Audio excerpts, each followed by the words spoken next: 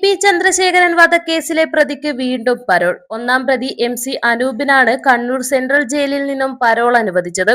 20 ദിവസത്തേക്കാണ് പരോൾ നൽകിയിരിക്കുന്നത്. സ്വാഭാവിക പരോൾ എന്നാണ് ജയിൽ അധികൃതരുടെ വിശദീകരണം. അതേസമയം TP ചന്ദ്രശേഖരൻ വധക്കേസിലെ പ്രതി ജ്യോതി ബാബുവിന്റെ ജാമ്യാപേക്ഷ സുപ്രീം കോടതി ഇന്ന് പരിഗണിക്കും. ജസ്റ്റിസ് MM സുന്ദരേഷ് അധ്യക്ഷനായ ബെഞ്ചാണ് പരിഗണിക്കുന്നത്. ആരോഗ്യ കാരണങ്ങളാലാണ് ജാമ്യാപേക്ഷ.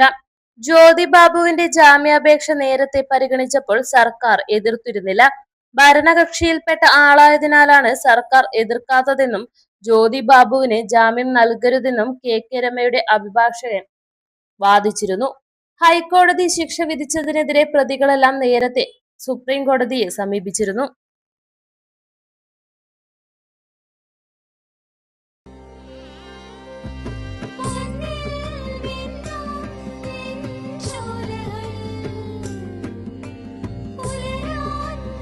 ഇതെനിക്ക് തരുവോ?